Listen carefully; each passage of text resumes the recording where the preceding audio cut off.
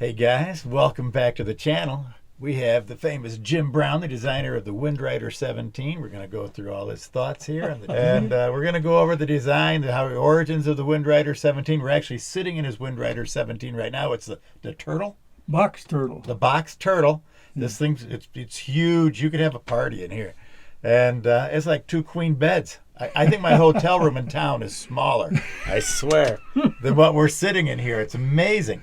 It'd be a trick to sail, but I'm sure it's saleable. But it's a clubhouse in here. But we're going to sit down. We're going to discuss the origins, the design, what was bad, what is good. And hey guys, my name's Ziggy, and I'm out boat camping the barrier islands of the Gulf of Mexico.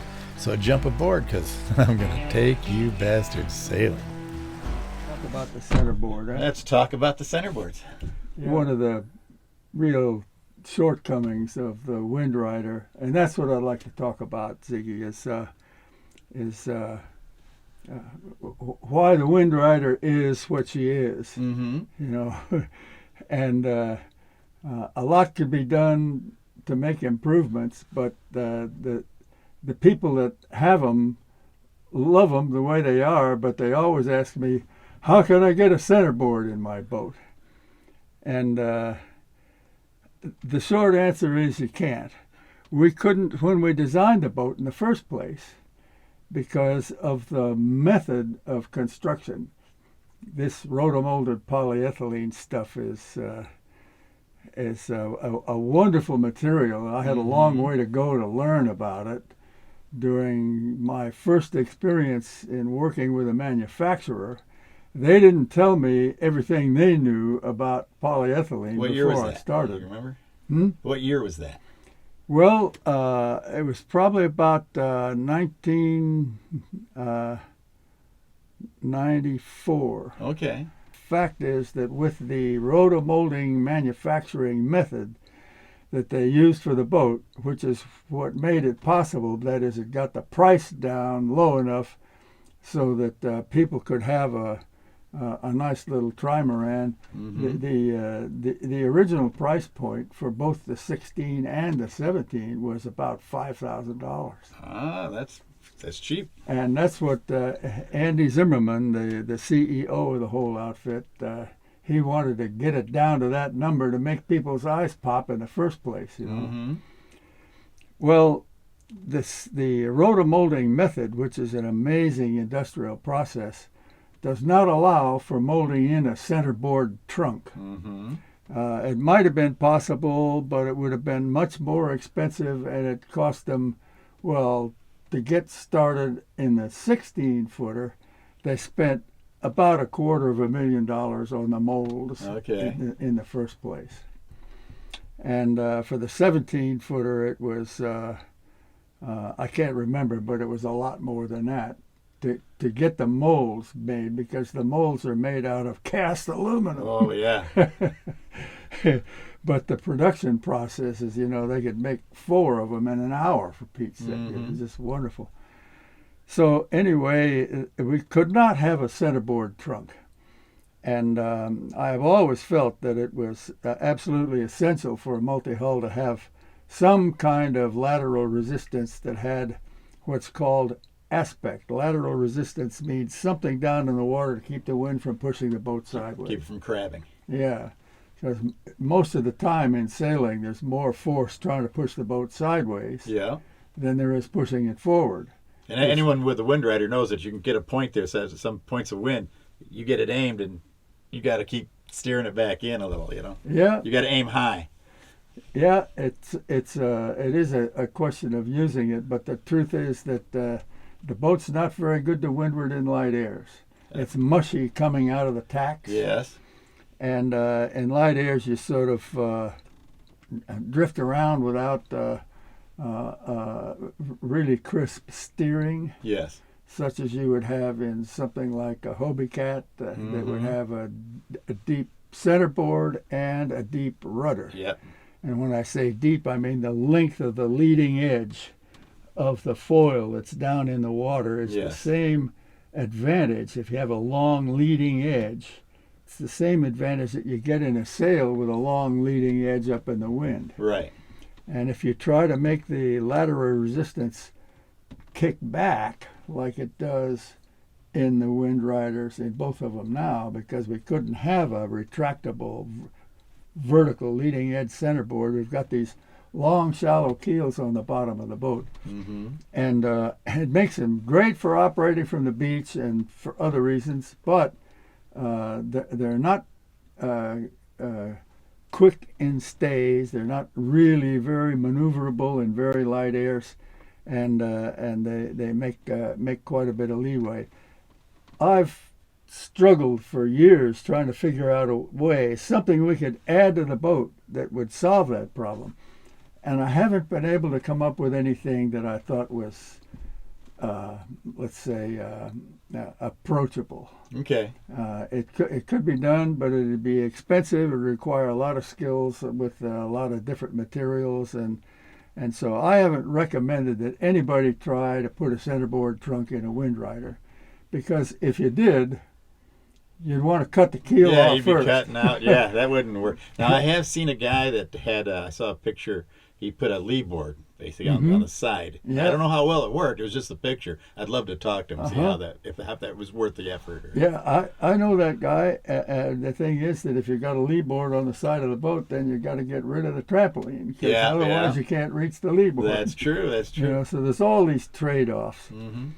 And so, because the vessel does not have a device, a retractable device for providing lateral resistance, it gives it some interesting performance characteristics. Once the wind gets up to 10 knots, and most sailing is done in winds of 10 knots. Yes.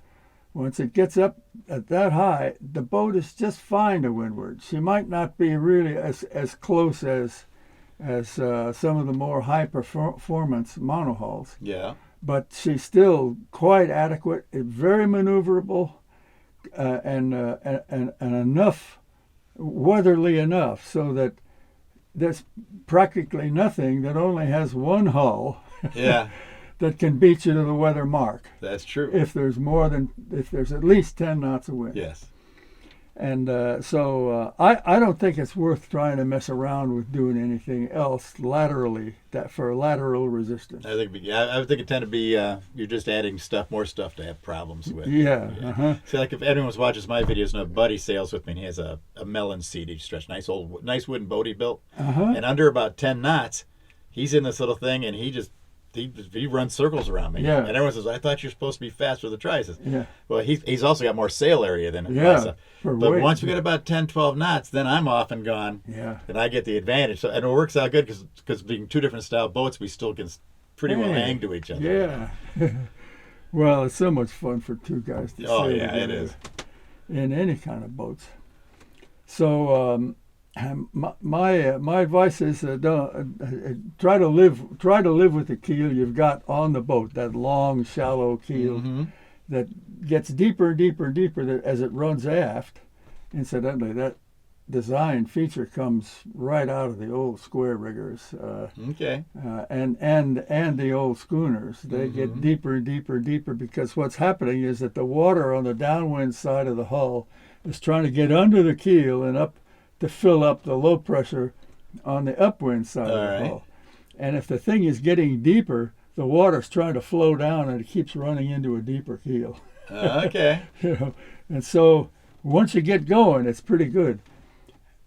The thing is that when you really get going, let's say speeds up in the mid-teens Yeah. someplace, especially going downwind, the keel takes over and the rudder doesn't matter much. Yeah. Yep, I've noticed that. And if you get out in big waves, and let's call big waves anything that's, say, as high as the boom. You know, if you get into real ocean waves, and we've sailed these boats in ocean waves that are 7, even 9 feet. And if you start turning downwind at a time like that, waves in really open water, ocean waves, move along at pretty much the same speed as the wind, not much slower than the wind. So if you're in, say, trade wind conditions, Caribbean trade winds, where the wind is blowing maybe anywhere from, say, 15 to 18 knots, Yes. day and night, with unlimited fetch. That is, the waves are coming all the way from Africa. Mm-hmm. They have plenty of time to develop a mature shape, Mm-hmm. and they're going along at 15, 16 knots. And you get on one of those waves and you start down that wave with a Windrider 17, the boat is going to go down that wave no matter what you try to do with the rudder. Because the keel has taken over. Yeah. And most of its area is located way back aft. And so if you're going fast enough, the boat's going to go down the wave. And in a way, it's a blessing, because it's practically impossible to make the thing broach, that is, turn Right. sideways and get overwhelmed by the wave hitting it from the side. Right. So here we are in multi-hulls that, for ever since I've been messing around with multi-hulls, which is now about 65 years, Mm-hmm. our main problem has always been trying to set the boat up as the crest is approaching, so that we can be headed down the wave and prevent it from broaching. We've got enough steering to prevent it from broaching. Well, with a Windrider 17, it doesn't matter what you do with the rudder. It's going. The boat's going to go It's down going. the wave, And sometimes it feels like you're just going to hit the trough and keep right on going Yeah, to the yeah. bottom, But it doesn't happen with the 17. The 17 is got plenty of guts in the bow. It's with so two forgiving. people aboard. Yeah. Yeah. Even if there are two people aboard, she's going to run down into that trough. And it gets pretty exciting when the waves get that big. Mm-hmm. Let's say maybe 5 to 7 foot waves. What's happening is that the water at the crest, and many of the waves at that time would start to fall down the crest. They'd be what we call white horses, the Yeah. top starting to crack up. Yeah. And it's coming to get you.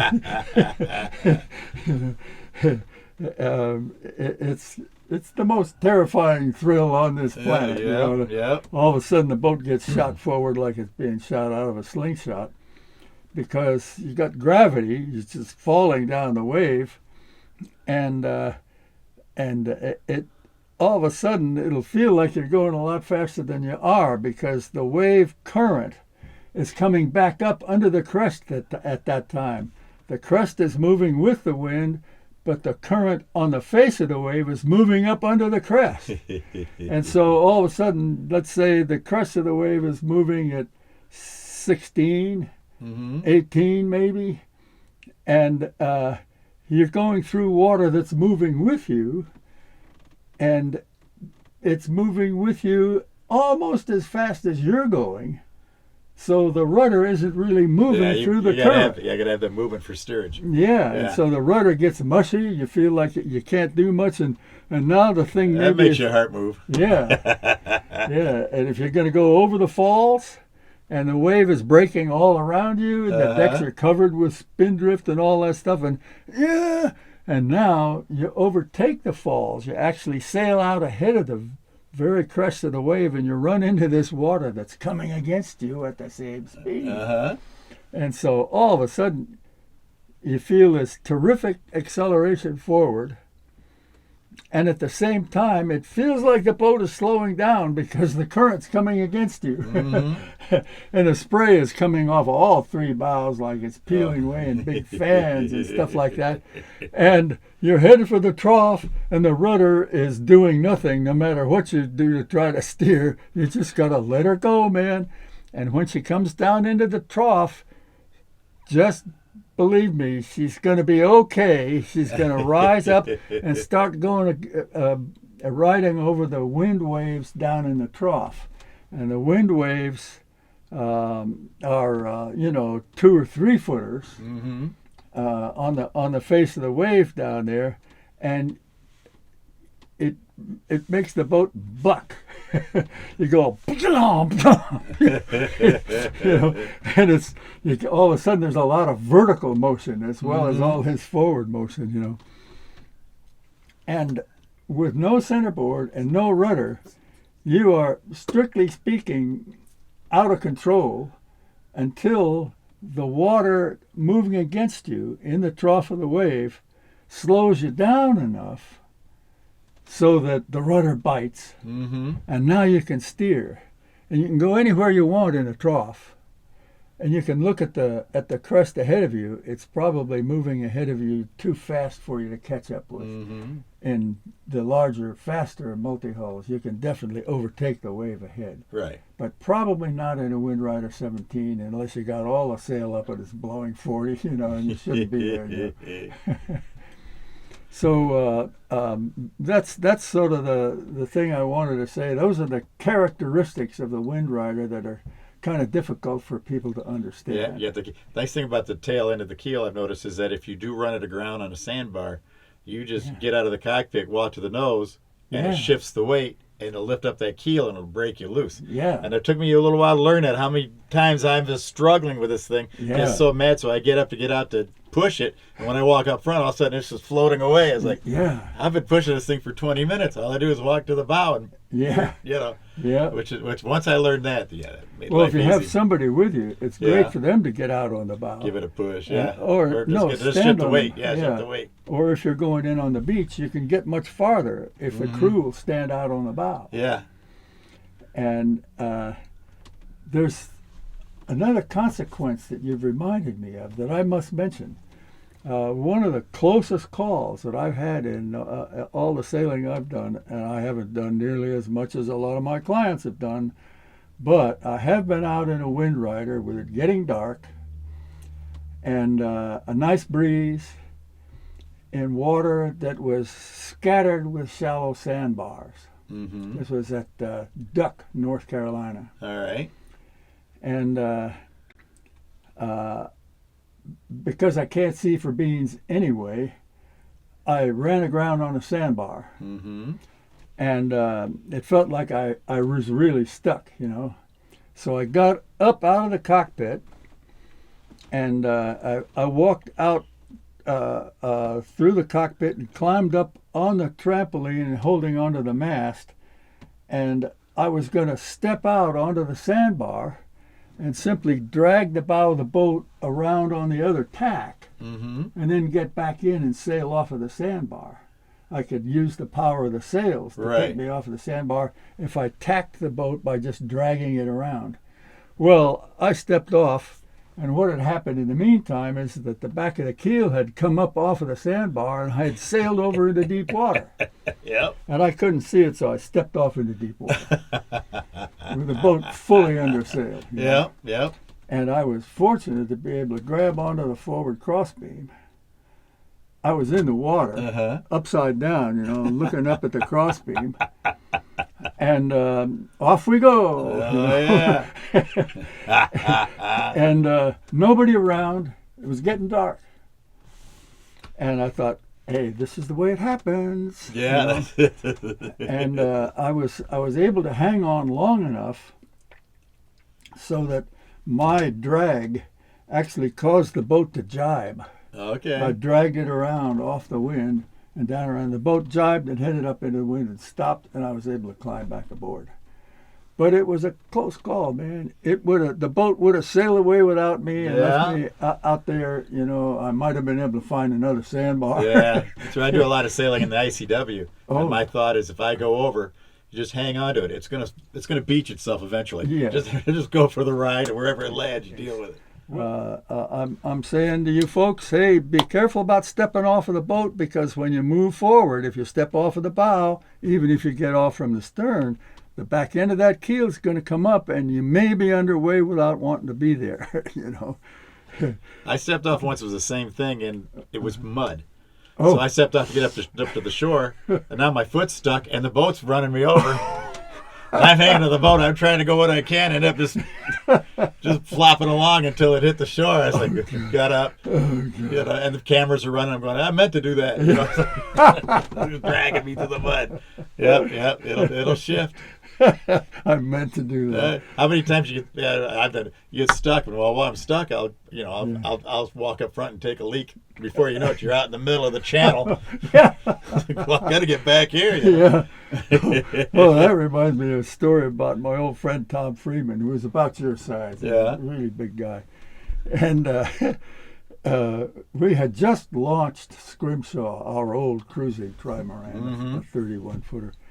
And we were at the dock, and we had friends around, and people on the dock and people on the boat. And Tom was walking around the stern of the boat, and he fell overboard. Boom! And there was this, he hit the water. There was this, tsunami, and it took the boat over the rock, Everybody was wondering, what the hell? And Tom popped up, and he said, "The bottom is clean, and furthermore, I had to take a leak anyway." And that wraps up Chapter 1 with Jim Brown, the designer of the Windrider 16 and 17. So make sure you subscribe so you don't miss Chapter 2, because I'm going to take you bastards sailing.